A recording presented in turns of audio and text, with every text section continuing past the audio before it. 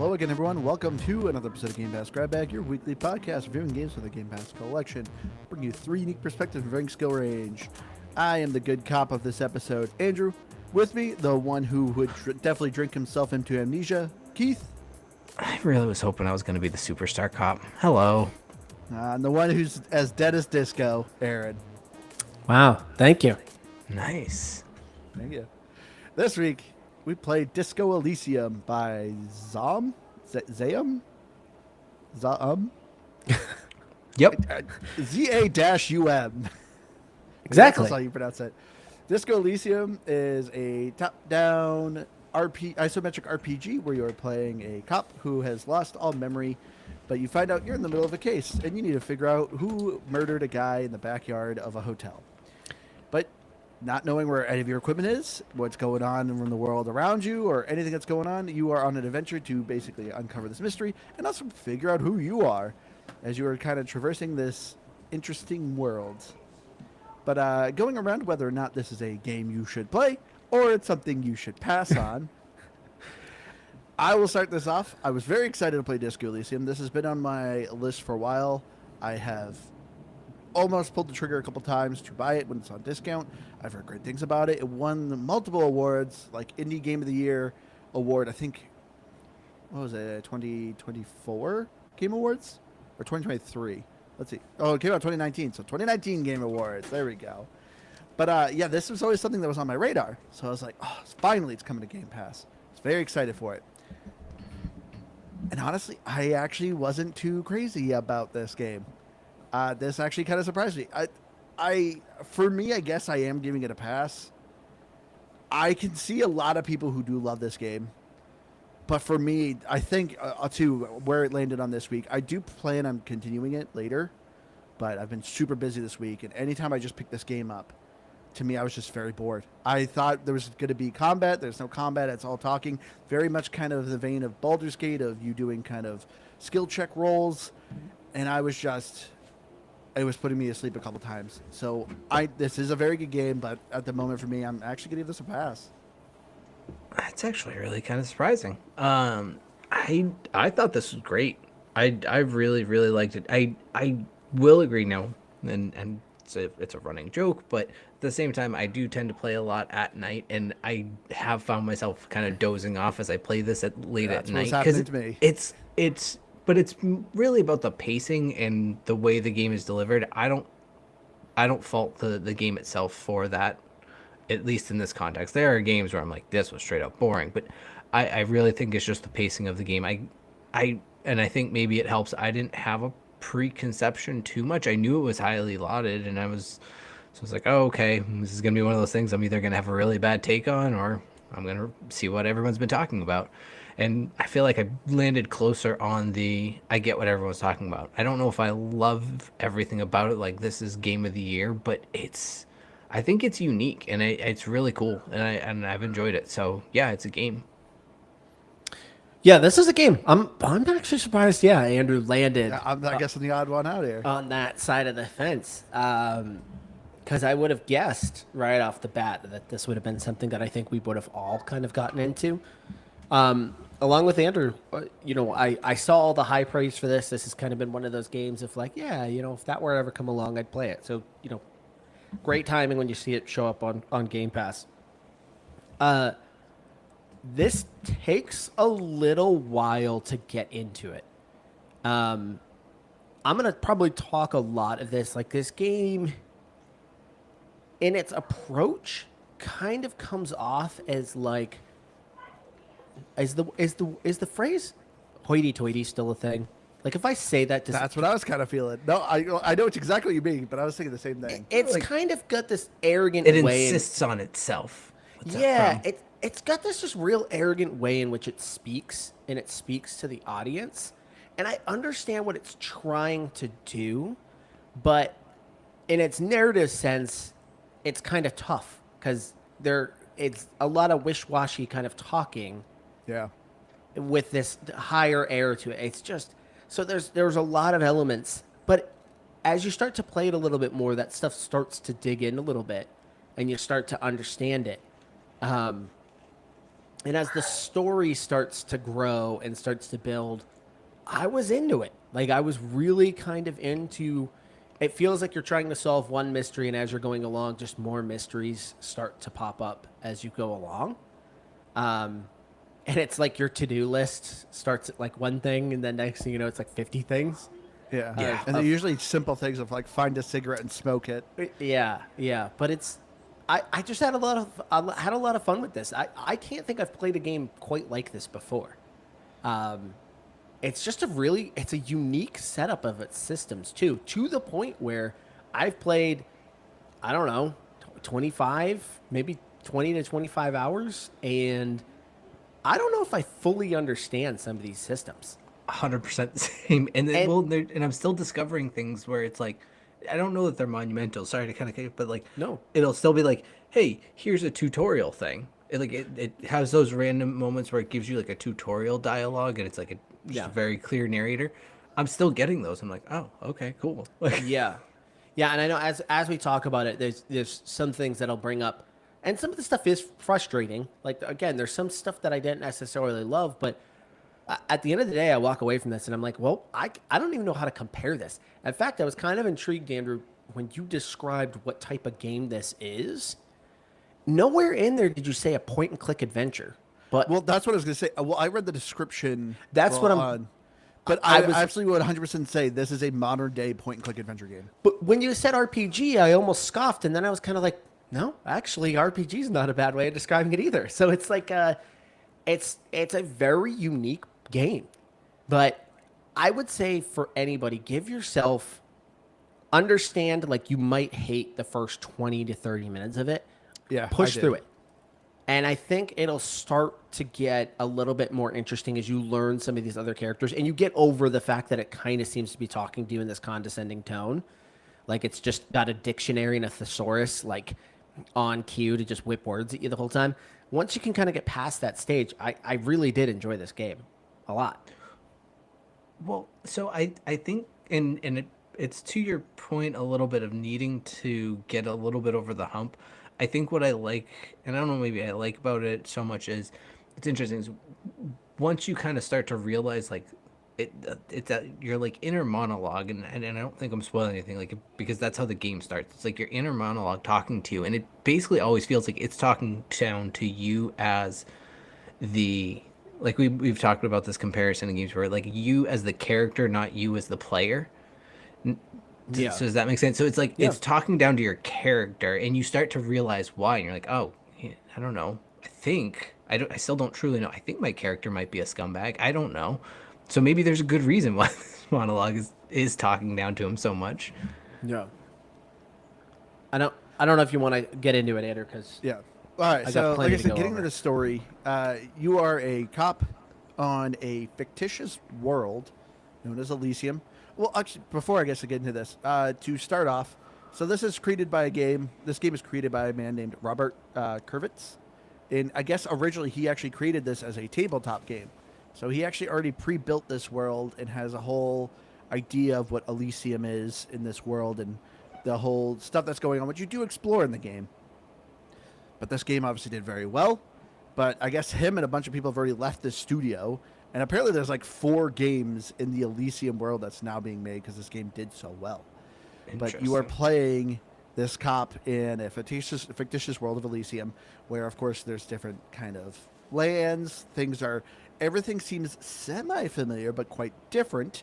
Like cars are very kind of steampunk looking. Some people are wearing full-on like ceramic armor, but it also seems like it takes place in the 70s. You can kind of get this information of some revolutionary wars that have gone on. There's fighting classes, and you are a police officer, but not quite. You're like a volunteer police officer in this world because some areas are policed by the militia.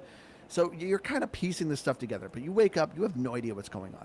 So this is one thing I did first start off like with the story of your character has amnesia, which makes sense as you as the player also have no idea what this world is because it's kind of like, oh, things kind of look familiar.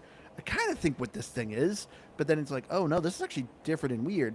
So it's kind of a cool play on of your character doesn't know and you as a person also don't know. So you're trying to figure out what's going on. People are talking to you like, yeah, we talked the other day. You don't remember me. You find out that your character is basically an induced drug amnesia, and you're trying to piece together this murder that happened of a person was hung in the backyard on a tree, and people are kind of give you a hints of who might have done it, and you're trying to figure out what's going on. And as you're going around, you pick your character, what kind of build you want to do. Are you intelligent? Are you a smooth talker? Are you physically strong? Do some skill checks every once in a while. Do you try to overtake somebody? Try to talk your way out of a situation? As you're trying to piece this mystery together as who murdered this guy and why, you are uncovering different things about the world and who you are and who your partner is. But yes, I will say I did like this game's story. At first, it was kind of annoying. Like at first, because I'm like, okay, like where am I? Is this Earth? That was like always my first question for the longest time, because the game's called Disco Elysium, and I'm like, okay, why is this? What is going on here?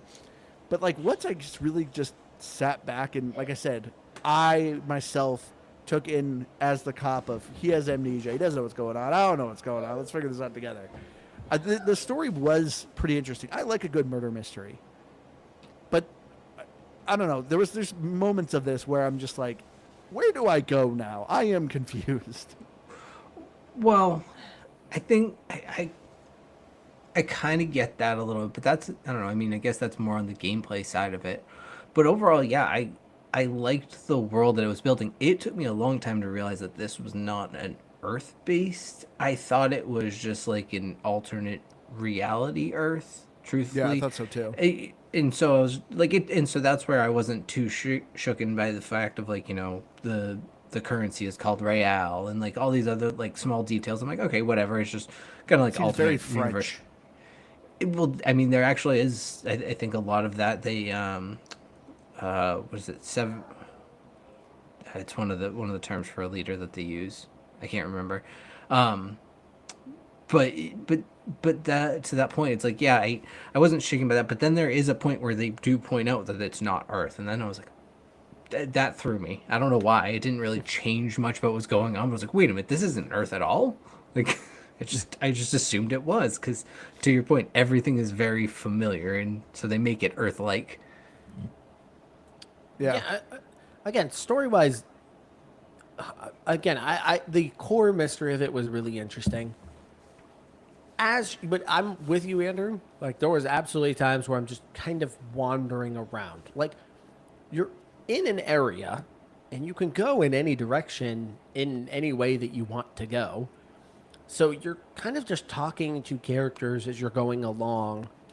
And then sometimes they're saying things that aren't necessarily relevant yet, but it becomes relevant later when you go speak to another character who now gives you more information that then you want to go back to the other character for. I personally like that. I liked that it was kind of building the world and the mystery as you're going along. So that really stuck with me.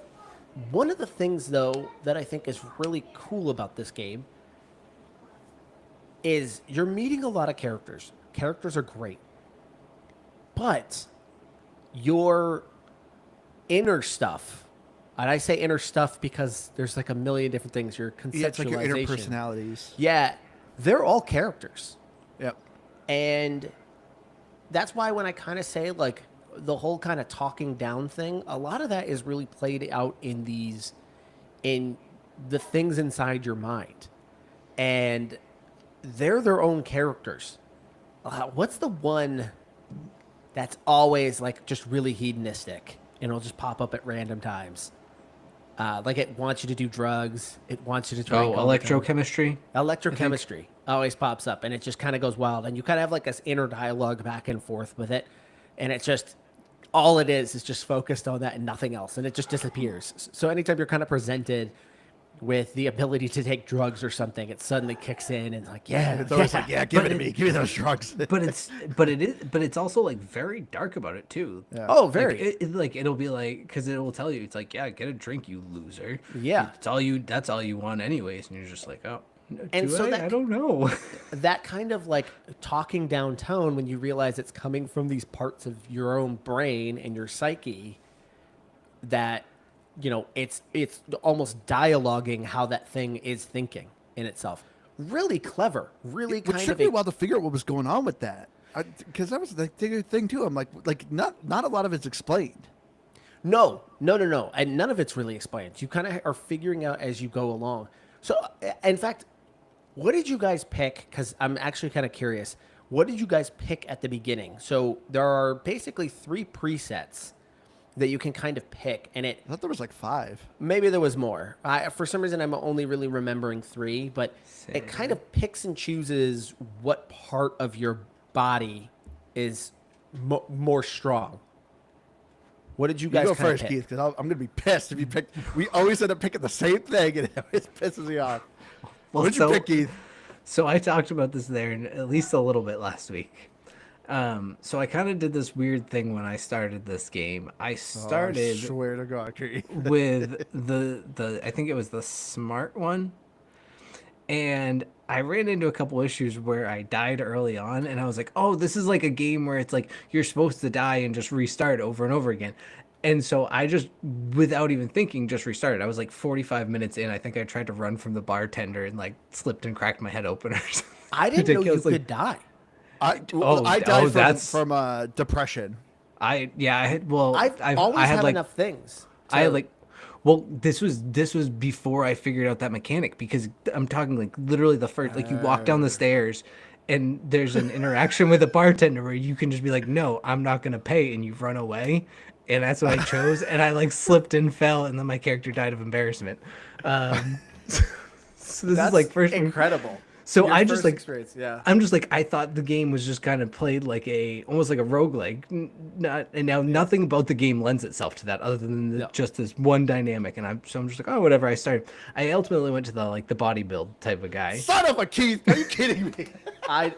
Every time I'm like Keith's not gonna pick the strong guy. I was like, Keith's gonna be the smooth talker. I'm doing this. I specifically picked it because I thought you were gonna pick it. I kidding did, me? but then I realized I wanted to try to get away from that skill check with the bartender, and then I didn't even end up doing that skill check the second time. Oh my God! I think I did the intelligence one. So mine. So I'm just curious. Were your inner dialogues? Were they mostly like a thesaurus? Yeah. Yeah, and you still even get a for lot of me. it because you still have a lot of those same interactions. Now there are certain ones like now that and it's funny because like I realized this but didn't at the same time. But like now that we're talking it through, I'm realizing like drama, for instance, was a 0 like for me. Yeah. I never once had a dialogue pop up from drama. Yeah, once. same. So like I'm like I don't even know what that character is like. But if I bet, and I could only put I think it was 1 point into it. But I bet if I did, I would start getting dialogue pop-ups from it. So it's like again, it's a really fascinating mechanic when you think about it. That like the characters in the game are also your skills, and they're directly related to each other. Like the closest I can honestly compare it to is probably High on Life, and it's a very weird comparison. But your weapons are also characters. Yeah. I guess that's about the closest I can think of. I felt like as a bodybuilder, I was constantly getting dialogue because like the first guy you kind of interact with is like this big muscular guy you have to get past, and every time my character's like, I can take him, I'm strong, I'm gonna size him up. Like it was always kind of trying to do confrontation stuff. Which is so hard because you're looking at your character and you're like, no matter what the dialogue says or the skill check says, I'm like, I don't believe my character can take this. What physical guy are you trying to get by? The guy who's racist. guarding the bridge. Yeah, the racist guy guarding the bridge. When you have to get in to talk to the union laborers, boss. the Pine Group. Did you just smooth talk your way into the union boss? I punched him. Well, so there you go. Oh, you're talking about the guy at like the top. Yeah, the racist Oh, the guy. top. Oh, okay. No, okay, I know what you're talking about. First, I mean, when you said at the beginning, I thought you meant like inside the hotel, and that's why I was no. like, who were you? I didn't know who you were talking about. I mean, again, you can get into a yes. physical check with him. But that's not like a thing preventing you from going on in the game. You can absolutely just leave that area. That's not like an issue. Yeah. So that's why I was confused. I thought you were talking about something there, and I was like, huh, I didn't have that. So I thought maybe that was something different. Because I am curious. It's not a short game. It's definitely going to take you some time to complete this. So this kind of goes back to one of those complaints we had back talking about the quarry, where I wouldn't say this is a replayable game, but in a way it is, because it does seem like there's a lot of options, and it does seem like the game can give you different paths just depending on how, but I don't know, because I'd have to complete this and then do it all over again. I can't remember who it was in our Discord, but someone did. I think it might have been. I don't know. Someone said it, but they were talking about giving this game a replay, and I don't know that I would personally do it. I can absolutely see this game being worth it because I think it could change well enough. Mostly just because, for one, I think by the time you play it through, yeah, you're gonna remember a lot of the beginning stuff, but there's gonna be a lot that you forget. And if you play it with a different style, you're gonna, the whole approach of it is gonna be different. And I think there's also different endings. So like there is a lot of value in the replay of it if you truly love it. Now, is it going to be for everyone? Probably not. No. Yeah, I guess my thinking is, well, the central mystery is gone, so your kind of central draw is gone. But I guess if it does have alternate endings, I guess that's kind of. I think it does. I'm assuming it does. I would assume that too. It does. I mean, not like crazy, but like there is, because I looked up the end of it and like the overall stuff going on. Then there's like slight different things. I don't think there's anything super crazy, but there is different stuff you can unlock. Yeah.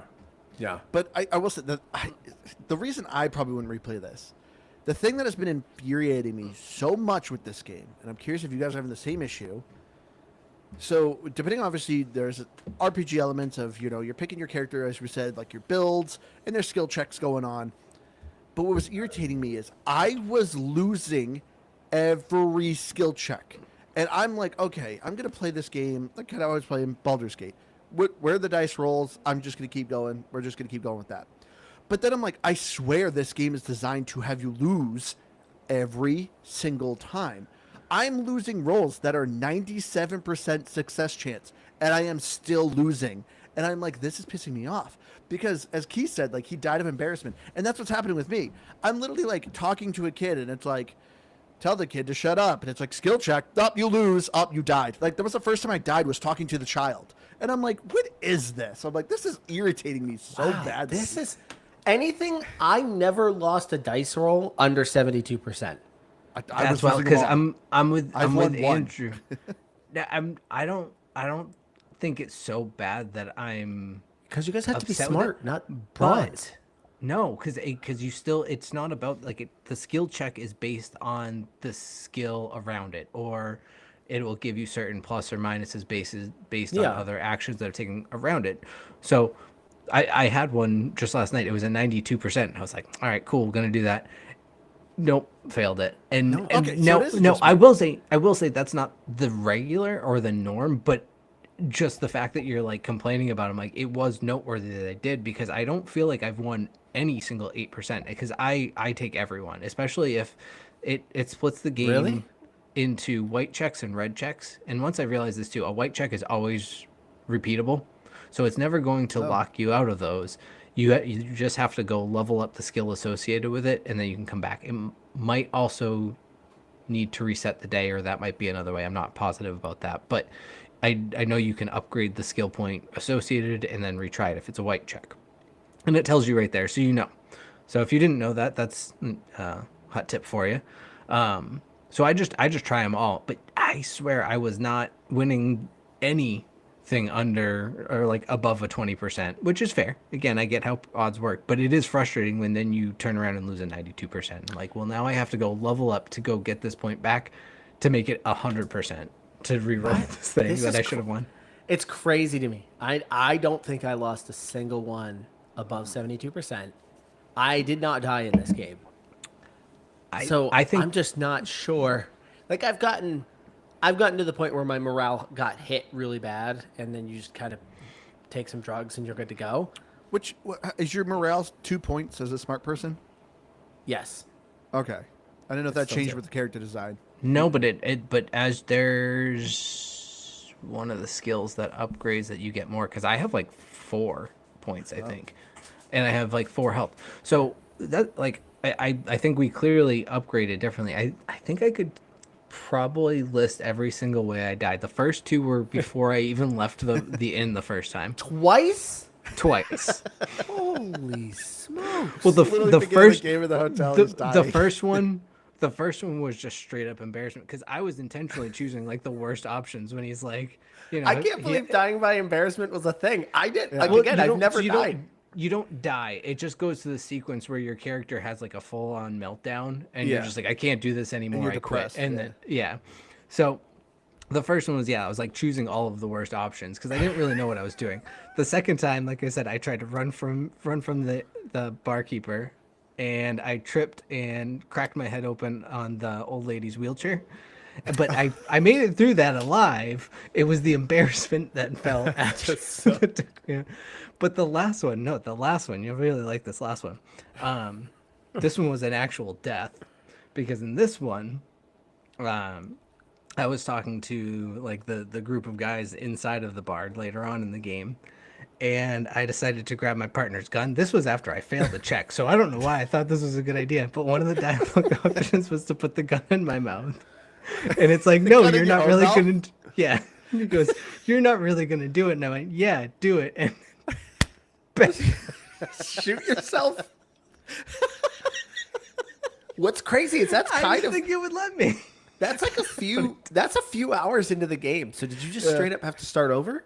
No, but my last autosave was like 45 minutes back, and so I was just like, well, I guess I'm done for the night. Like, and I wasn't even mad. I just thought it was funny, but I was like, man, it really would let me go through. Like, I thought there was gonna be Yeah. something that would stop me. You know, So that was it. I know we're probably mixing a little bit and talking a little bit of gameplay, but this just kind of like this again just kind of reminds me. It in between. I don't know what you guys had because you guys played on Xbox, right? Yep. Yeah. So I played on PC. Not to brag, but I got a pretty beefy PC. So anytime you're going in and out and it goes to load screens, the load screen would give you a tip. Mine would go really fast. So I never really got to read them, but I would catch bits and pieces of them. Oh, it's fast on Xbox too. Yeah. Okay. And I was always like, dang, that looked like that was actually really important. Like one of them was, what's your partner's name? Kitsune? Kim. Kitsuragi. It's called the Or Kim. Kim. Oh, Kitsuragi? Yeah. It said, if you would like to do anything without him, make sure you, and I couldn't read I it. saw that. And Yeah, I it was like hold on, why would I want to not do something with my partner? And so it like just raised this thing for me where I was like, what? That's like a thing I might want to know. Well, there is one item in particular, at least fairly early on, you keep trying to take that. He's like, no, we can't do that. We can't do that. And Yeah. so I'm pretty sure, like I think the answer to it is at night, you guys separate and he goes to his room. So then you have free time to wander. I think that's the answer. But I got that same tip and I went, wait, what was it? Yeah. I did the exact same thing. There was a few times where tips came up on there that I was like, ooh, wait, hold on. That's really important. But it would just go so fast that I was like, no, hold on, load slower. Because I wanted to read some of those because they actually all seemed really useful. So if you are playing this, another pro tip, pay attention to that load screen real quick because you are actually going to see some stuff in there that can actually be really helpful. None of that stuff was like just a throwaway. Which I also want to throw out. I'm assuming I haven't tried, but if you have the option, I feel like this is a game you should play on PC. I found Yeah. the Xbox controller to be very clunky. I was going to Very ask you clunky. guys because to me, this is a dream on PC. You pretty much play it almost entirely on a mouse. You might click Yeah. a couple things on your keyboard. I don't know how this would work on a PC because it's a point and click adventure. You mean console? Or a console. Yeah. It's clunky. not It's very clunky. fantastic. Yeah, Yeah. Yeah. it's passable. I was gonna say it's nothing that loses points for me, but I would have absolutely preferred to play it on a PC. Like in particular, there was an item in one of the earlier sections that I walked past probably 3 or 4 times, and I looked at it and I thought, boy, that looks like something I could interact with, and I just never got the pop-up for it. So I was like, whatever, and I carried on because I also knew I had just got to that area I wanted to explore it. So I was like, whatever, I'll come back to it. It wasn't until maybe the 3rd or 4th time I came back there, and I'm probably close to 10 plus hours into the game now, and I finally just got the pop-up to interact with that thing, and I'm fairly certain it would have let me do it early on if I just had the the better functionality. So I think I would have preferred to play it on with a mouse and keyboard if I could have. On PC, you literally hold down tab and it highlights everything that's interactable. The left bumper does it on the Xbox controller. Okay. Oh, really? Yeah. Yeah. Oh, I wish I knew that. Anywhere I walk, because there's a lot of things in the environment, especially for trying to pick up cans and stuff. That's a whole nother mechanic again I loved. But I just hold down tab everywhere I was going, and I was finding stuff all over the place that I wouldn't have recognized. The game, honestly, its tutorial is very, very minimal. Like, the beginning of the game, is literally just you trying to get dressed. And I'm like, this is a struggle. I'm like, I cannot just click my shirt over here that's hanging on the table. It's funny you say that, because as I'm playing it, like, obviously it was done with intentionality. You having amnesia is perfect because you, the player, have amnesia. It's like you've kind of mentioned, you don't understand the world you're in, and neither does he. He doesn't know anything. And I think that's really interesting. And I had no problem with that because in my mind, it's a point-and-click adventure. Danger is very minimal in a point-and-click adventure. And apparently I was wrong because you can die twice before you even leave the hotel. According to Keith, I didn't know that was even a legitimate threat. Yeah. Oh.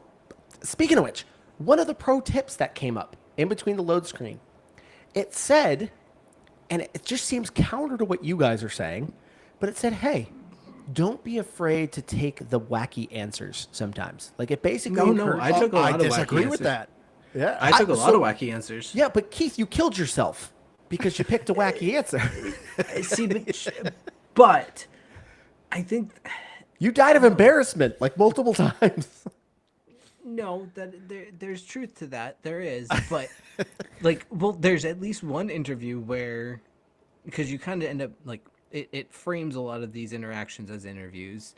Doesn't really change anything of how they interact, but it frames them that way. And there's one time you go into it where your partner is like, hey, you know how you like to ask those weird questions? Like, this would be a really good time to do that. And then the worst part is I thought I was, and he pulled me aside and he was like, hey, remember how I said to do the weird thing? You're not.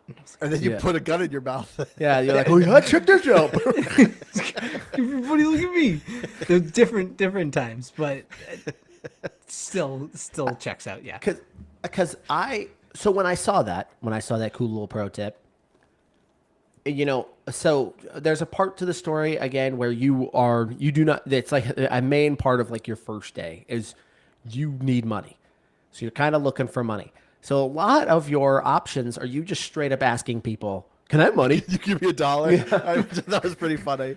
And it failed every single time. Like, this wasn't our dice roll. I got some money. That's the only time I did. I got like $1. There was only one character who actually straight up gave me money. Everyone else didn't. And so I assumed this was what it was trying to encourage you to do.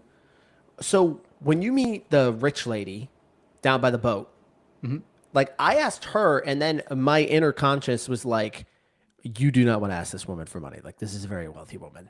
Like, do not ask her money. And I was like, nope, I'm going to. So I kept pushing it. And basically, she offers an incentive. Like, if you do this, we can talk about compensation. So it was kind of funny because, again, I was not thinking there was any real danger on here. Listening to you guys, I'm like, dang, I was very lucky then because I did not get myself killed or die of embarrassment in any of these interactions. But it was hard for me to pick the wacky answers. But the game does encourage you, at least in the tips, to do that. See, I died pretty early. Like I said, talking to that kid, Kuno, which, by the way, one of the most annoying characters in any video game which ever. Is perfectly made. Like, he is supposed to be the most annoying character in the world, and they nailed it. Yes. But I died from talking to him. Because he was like, no, you would have sex with me, and my character, like, failed a check, and I died of embarrassment. I'm like, I think seriously? Like, this I think I actually got that one, too. Oh, and I got so mad. I quit playing that night too. I was like, I'm done for the night. I had fights with the kid, but I never got to the point where I just died. Yes. I just walked away from it. No, we'll see. I kind of with that kid in particular, I think part of how you play the wacky answers is you play into his jokes.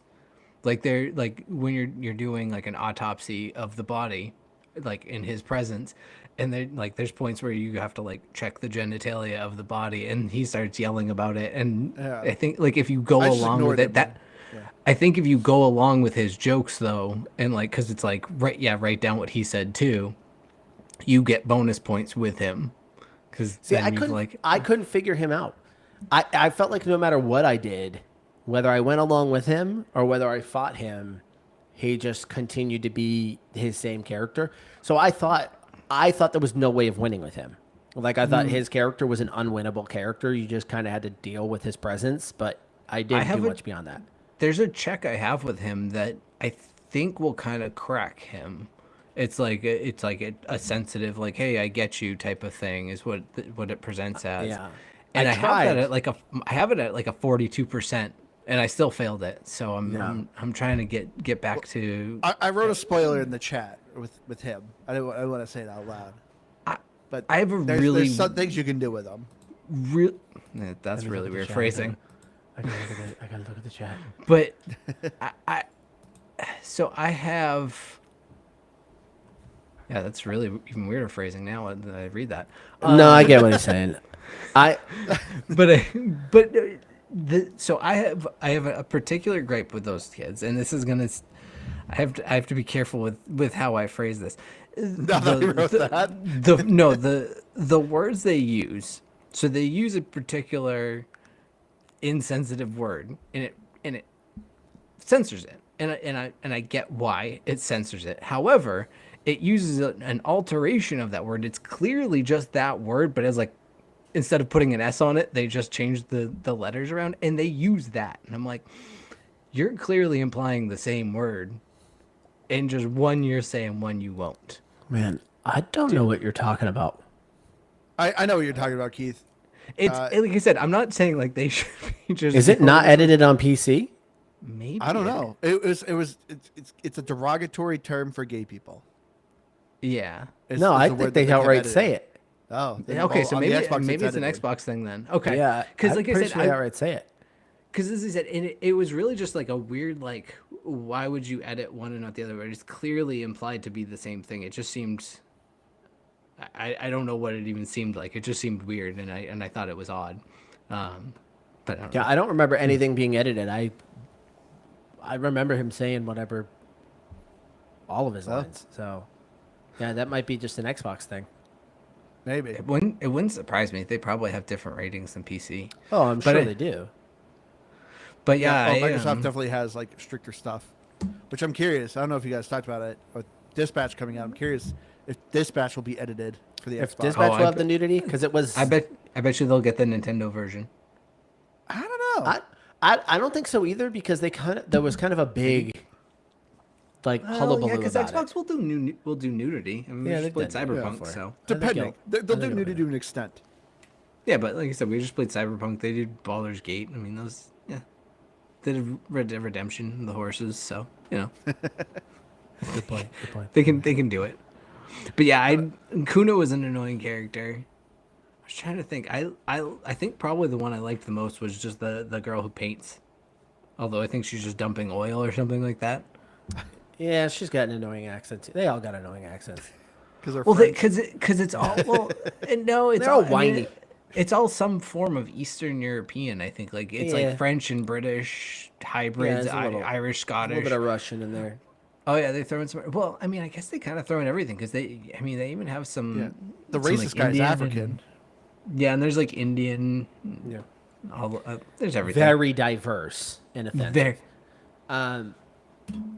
Gosh. Oh yeah. I will So I wanted to talk a little bit about the RPG elements of this on the gear you're wearing. Did you guys feel like, so you find different items as you're playing the game, and I know Andrew called this an RPG, and we've already mentioned you can level up skill points kind of in a weird way, and then you can also put on different items of clothing that adjust your stats. Did you guys notice any Nice, real Keith. difference in that? Not really. Slightly. Because Like, it was hard for me to tell what was worth wearing and not wearing. because your pluses and minuses were like, well, what's that gonna do? I think it's really almost more about going in, and I guess this you could say this easily for any RPG is going into a situation with the right preparation. So like you kind of need to know what gear. So I think it kind of warned me before, but when I went into the autopsy, there was garden gloves I had picked up at one point, and so I had those on, which allowed me to have a higher percent on a skill check that I ended up passing. So like there definitely were aspects of it that were helpful, but it was very situational, and in some cases, again, because I kind of figured out the whole idea of the white skill check, I realized you could just kind of back out of a dialogue sometimes if you were like, oh, I think I have like an item that I could put on, so you could go put on a different item, then come back and just start that dialogue over again. This is part of my complaint, though, is to me, I felt like this game actually was kind of encouraging you to save scum, which I didn't want to do. I wanted to play the game where the dice rolled. That's how I'm playing it. The only time I did actually save scum was the racist guy in the bridge. I'm like, I'm building, my character's a bodybuilder. I need to be able to win this skill check. It took me 4 tries, even though it was over, I think it's 73% to succeed. Still took me 4 tries to actually successfully knock the guy out. This is what I mean. That's what was irritating me. But I was like, okay, screw this. I am save scumming this part. I want to do this. And so, and getting, like, as you're saying, Aaron, of these equipment that you're getting, it almost felt like it was encouraging to save scum. Like, oh, you failed this part. Try putting on glasses. They increase your intelligence. And I didn't like that. I didn't want that in this game. I wanted to play the game as it was and go where the dice roll. So I didn't like that. Well, that's where I'm saying though, when it like, not to like, well, actually, but I really think that's the whole point of realizing the white checks, like that you can come back to, because it's like, okay, I can fail this now and it doesn't that would matter. be nice to know. Because yeah, you can come back, and I think that was honestly, I think that was another one of those just like flash by tooltips that I happened to catch on a load screen. So it's like, going back to Aaron's point, that's one thing that I don't know, maybe it is compiled somewhere where you can look these things up. But yeah, truthfully, there's many systems in here I do not understand. Like I played for a while, and the gear is one of those things. Like, well, you know, it's a whole nother system that we haven't talked about, is the whole thought system. Yeah, of the how internalizing. Yeah, I did not get that system. I did not get it. I mean, really, I'm fairly certain all it does. Well, I think there's like 2 different aspects. I think there's very unique situations where it can come into play. So, like, in particular with the bridge guy, it's like that, like something about advanced race theory, I think is what it is, or critical race theory or something like that. Yeah, and if you accepted like his racist view or something like that. So, yeah, so it's like if you accept his view, then it gives you additional dialogue with him, but it also gives you a couple different like plus or minus stats. So it's almost like gear. But what I think is interesting is I'm fairly certain, I haven't tried it yet, is I think you have to use a skill point to unlearn one of those things or to unlock new areas once you, unless I just haven't gotten this far yet. It's I feel like I've still barely scratched the surface of this game, and I'm easily 10 to 15 hours. Yeah, that's what I'm saying. So this whole thought system, this is what I've gathered from it. You unlock certain understandings. So it's like these greater theories, basically. You unlock them. I don't know if you unlock them all. I'm assuming you kind of have to do the right conversations to get certain unlocks. But then if you go to that screen, you can, what do they call it? Like conceptualize it. But yeah, then it has internalize it. But then it has internalize it. But then it has a timer. Like, it's in game time is how long it takes for you to internalize it is what that is. Oh, okay. So I it looks never like, noticed that. Yeah, there was like a timer, but I was like, do I have to just sit here and it counts up or what? How does this, and what does internalizing this do? Like none of that stuff is explained. None.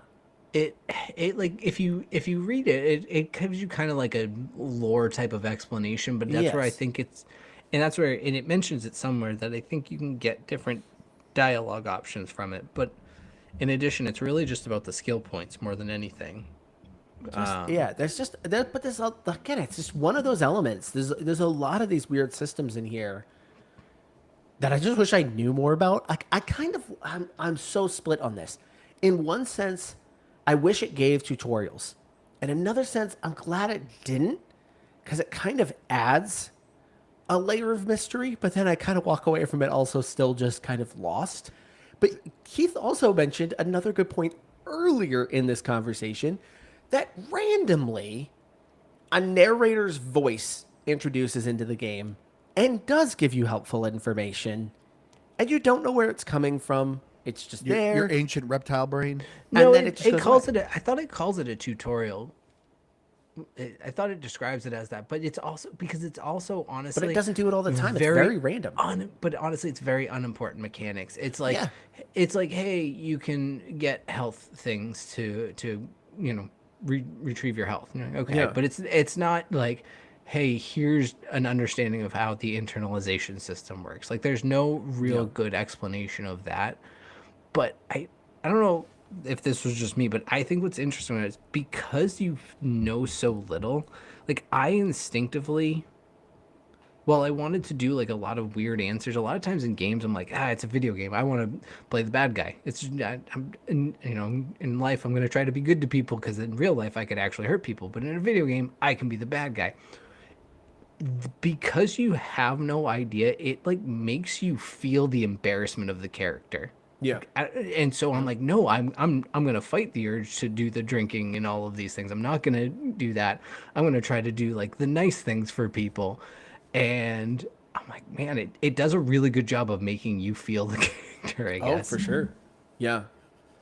Yeah. No, I love all that stuff. Yeah. And there's just a lot of systems of this that I walked away going, I don't know. I don't know how any of that stuff works. But it didn't necessarily hurt my enjoyment overall of the game. Like it was still. It did for me though. Like this is at least what's making me like happy. Like a lot of things I didn't like, I feel like you guys are also complaining about. And it's just kind of interesting how I'm at the end of the day kind of like, this just didn't hit for me as much. I just didn't think it was boring. I played it only during the day. You guys were playing, and I think that playing is it a during sleepy big time. takeaway. Yes, you should be playing this during the day when you have more attention. Well, the thing that really kind of bored me is the dialogue. A lot of dialogue I felt like was too long. I'm talking to people and I'm like, is this person significant? And I'm going through this dialogue and I'm like, this is just going in circles. As you said, Aaron, this game kind of feels a little like hoity-toity, like really in on itself of kind of lecturing you. And I felt like some of these characters were doing that. So I'm like skipping dialogue. And then, as I said, I died with the child. So I'm like, okay, I got to be more selective of what I'm picking. Because usually in an RPG, it does cross out things you've already asked the character. But I'm like, and so usually in an RPG, I'm like, okay, I'm going to go through the list, say all these things. But then I'm realizing, oh, this is hurting me because I'm failing all these checks and I'm dying from embarrassment. So I'm like, well, I got to be careful what I'm asking this person. And I don't know. So it was just throwing me off of like, I'm not learning anything, but I'm also, I don't know if I'm picking something that's going to kill me. Did you say how many times you died? I mean, I did twice. So that's what's like. That's what's weird to me is, I feel like I died more than you did, and you're talking about it like it happens all the time, and I'm like, I ran into it, but like, well, the first time I lost like 30 minutes, and I was like, oh, oof. like as he said, by the last time I lost like 45 minutes. Now, again, I that because it was my own just actual choice. Like I took an actual bad choice, and I knew it. I was less mad. I was more just like, man, I couldn't believe it went that long in game without an autosave because I feel like I saw it pop up so much more frequently. I was more surprised, but I wasn't mad about it. You guys know you don't have to do the skill checks, right? Yeah. Oh no, That's 100%. what I just do them. I just was doing them because I was like, well, if I fail, I'll come back to them. Because To me, if it's 50% or above, I would do it. They And if it also wasn't, did- failed. I didn't they touch also- it. See, that's the thing. I would fail They some also- of those, like basically above all of them. 73%. I almost always got it. But honestly, like you said, I died more frequently before I started taking every check than after, which is the weirdest part about it. Because like where I'm at right now, I'm kind of like Andrew. I just kind of not fully click through. I kind of skim because one thing that is interesting, like if you really want to dig into this dialogue, it gives you a lot. Like it, I don't know what the right, like it like novelizes it. So Sure. you'll hear the dialogue, and the dialogue will be written on the side, but it's also with like a, describing the expressions of the characters because there's no motion in this game. It's all in like flat, still images. So you're just seeing images of the characters. They never In change. dialogue, in voice acting. Well, I'm just saying in terms of visually, like there's Oh, yeah, nothing visually that changes it. So to put any perspective of the visualization of these characters, you have to have it described there. And so if you want to dive into that, you can read really everything that's in there. Or if you want to just kind of listen to it, you can, and just hear just the dialogue, or skim it and just click through, because there is a lot of filler dialogue in this game at the end of the day. I've been invested in it. Well, and I don't mean filler even in a bad way. I just mean filler in a sense that it doesn't affect your health every single time you choose a dialogue. I feel like we're talking a lot about the impact of it. It's maybe once a conversation, one of those things could be impacted. It's not, every other dialogue choice is like giving you a hit to your health. Man, at least I didn't think it is. It's just funny to me because I thought there was really no way to die in this game, and it's just like I've had moments where my health went down, but I always had so much health packs to just, oh, I'm good again. Well, again, when the game gives you a choice to unalive yourself and you take it, there's a very easy way to do it, Aaron. I will tell you, it's not very gray in that situation. It was very so black and funny white. that you just. I guess I'm just trying to picture the scene too of these guys sitting on your side. I know. Yeah, like I said, I think I was trying show some you sort of guys. like intimidation check that had something to do with like, my partner's gun, and so it continues on with the scene of him trying to like recover through it, and that's his like way of intimidating. Yeah, I love the idea of like the guys that wrote this game were probably writing for that. It was like, no one's gonna pick this. Like, and in case they'll be like, yep, I'll pick it. Like, I gotta find out what happens. After I failed the skill check, that's the worst time to do it. Yeah, that's Like, at least desperation right there. Like, if I had passed it, then I think it would have been a little more frustrating that Yeah. in that situation.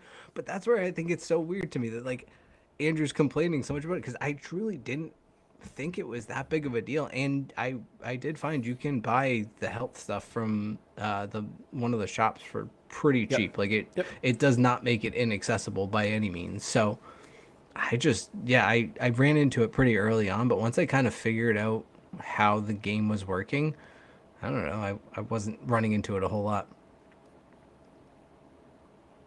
Anything else we want to talk about the gameplay? No, Yeah, I think we pretty much covered everything on that. we covered a lot. But yeah, as far as the audio goes, though, music's good. I really like the music, but the voice acting is very good, which I actually didn't realize. So we are playing Disco Elysium Director's Cut, and with this version is added voice acting. I guess this game originally did not launch with voice acting. Oh, really? Oh. Wow. Yeah, I mean, it Yeah, got patched into the PC version later on, but yeah, it originally launched with no voice acting, which the voice acting is very good. I think the voice actors did a great job.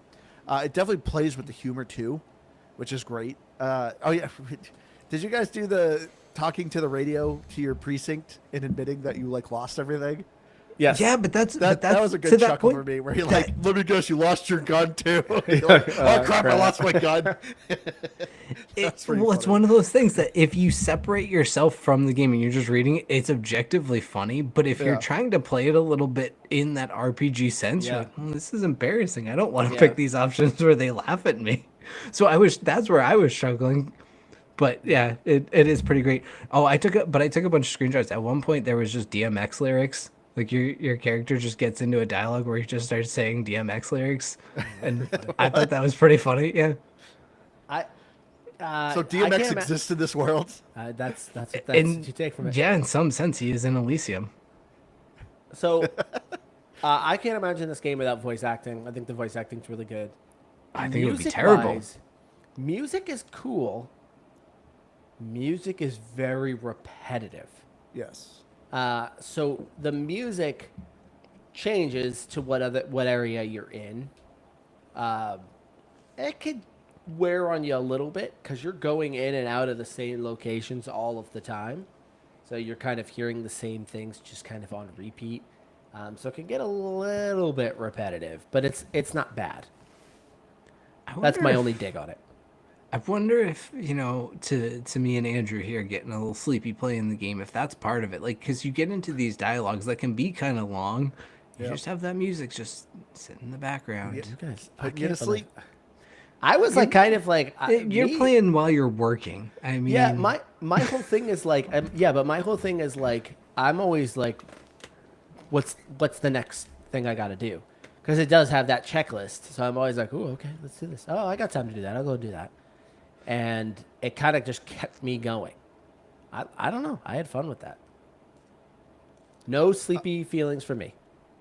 Graphically though, game's awesome. I really like this game's art style. Art style is super cool. It does, like, it's weird too, because anytime I saw screenshots of this game, I'm like, I don't get what's going on in the screen. It's very weird. It's very watercolored, like oil-based paint looking, and it's weird.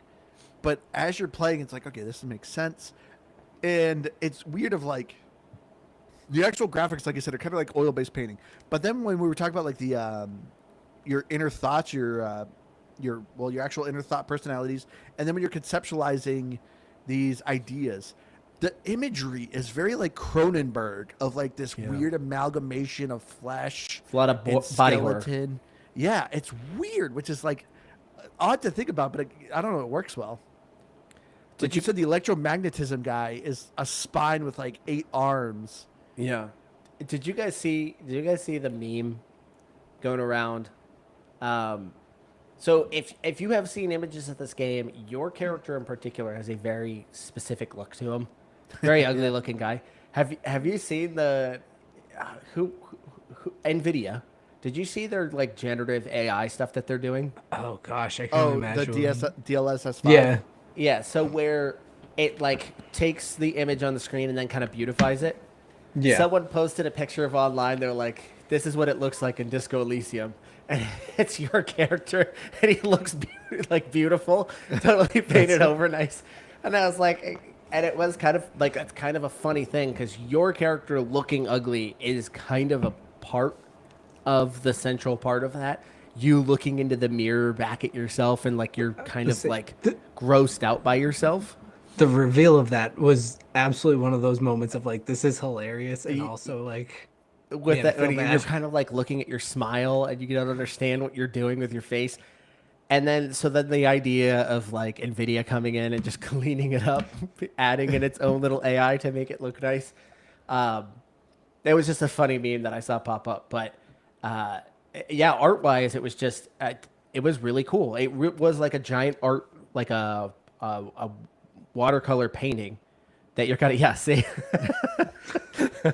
If you are watching us on video, Andrew just pulled it up here. The meme that I was talking about, where it just totally does not understand, and I thought that was pretty good. Funny. Yeah. But yeah, art wise, I love this game. I mean, the general, like, anytime people are making fun of the DLS 5, it is pretty funny. Yeah. Yeah, there were some good ones, but that one was in particular just because the ugliness is the point. Yeah. Which, it is funny when you do that. I did like that dialogue when your character is just like, what is this face you're making? Please stop doing that. Yeah. And you can do a skill check to actually change your face. I'm curious what it looks like when you do succeed at that. That was one I actually was trying to go back to. But yeah. So art style, game is fantastic. As far as the achievements go, not great. This is not a game for achievement hunters. I didn't get a single achievement. I might have one. Yeah, I think I'm up to like 3 now. But I haven't even looked at them. Like, I mean, I never do. But I think when I brought it up briefly, it was like, you kind of have to be right place and nail it to get you had, like, it literally seems like it's almost an achievement per playthrough. Like, one of them was the achievements, I am the law, and you say I am the law 5 times. So, but obviously, if you're doing that choice, like, that's a different path you're obviously clearly picking with your character. I was gonna say, I don't remember that even coming up. Yeah, there's one to specifically be like a drunkard again. There's one to be like a clean, sober cop. But yet they all very much seem associated to, you are playing this playthrough for this achievement. So you are not going to be getting a lot for achievement hunters out there. No. But so let's get into our final thoughts, though, on Disco Elysium. Okay. So, as I said at the beginning, I ended up giving this a pass, but I still do plan on playing this. Big takeaway, don't play this when you're tired. This is a game you really kind of got to sit and enjoy a little bit. I was just getting tired from it. The dialogue was just going on. To me, felt a little droning. As I said, I was playing this late at night, but I did like this world. I liked this environment. I liked what this game was doing. I was expecting combat, but there isn't any combat. You are just doing dialogue, which even like though I you said, guys was- have died multiple times, yeah, no combat. It blows my mind. So I guess it really is. You just need to play the smarter character, because when I learned that the combat is the dialogue, I'm like, okay, well, I really need to be careful what I'm picking. Well, real quick. So when you're talking to the union leader guy, did you sit in the chair, Aaron? No. I did. See, I did, because I'm physically built. I'm gonna sit in this chair and do that. And actually, it almost killed me. The chair almost killed me. Still, that's what I mean, because I was failing every skill check. But so I think the so game was just funny. infuriating me because I felt like it was designed to get me. I'm like, great. I have high pain tolerance. I'm physically built. I'm gonna sit in the chair. I'm gonna intimidate this guy. Nope. Still almost died. I literally got away with like 1 or 2 health. But yeah, the story is interesting. There was moments the game made me laugh, but yes, it is a little pretentious on kind of how it's talking to you and what it's kind of conveying. This is a good game. I absolutely see people why they absolutely love this game. I think you should check it out. Definitely power through the first hour or so. It's a slow start. If you also have the option, as I said, play on PC. Controller works, but it's passable, but it's very clunky. For me, this is an 80. It's a good game, but I wanted it to grab me more is what I was expecting. And also didn't help that our next game we're covering came out this week, and I really wanted to play that, and I started playing that a bunch. Sorry, I got distracted. I was looking at I mentioned I had taken just like a bunch of captures of different dialogue in this game, and I realized that first of all, so I mentioned DMX was one of them. Apparently another one, I my early 90s or late 90s rap memory might not be serving me properly, but I believe it was Coolio lyrics. Murder was the case that they gave me, which just that was from one of the kids, and I think that that's pretty funny. So again, dialogue is just there's really weird entertaining moments of it, and then I was laughing at I'll send it to you guys. I was trying to pull it up here. I can't figure it out. One of the moments of my early deaths where I tripped and fell, and the dialogue to it was just absolutely fantastic. But I didn't really know what to expect other than I had heard good things. And truthfully, if I hadn't seen some images of this game, the name alone gives me I was thinking this was going to be like an anime gacha game, is what just purely on a name alone is what this would have sounded like. Yeah, I can see that. I would not have expected just this environment. I knew a little bit otherwise, but I really didn't know what to expect. So I was just kind of completely taken aback on this. And I kind of just, I really enjoyed it.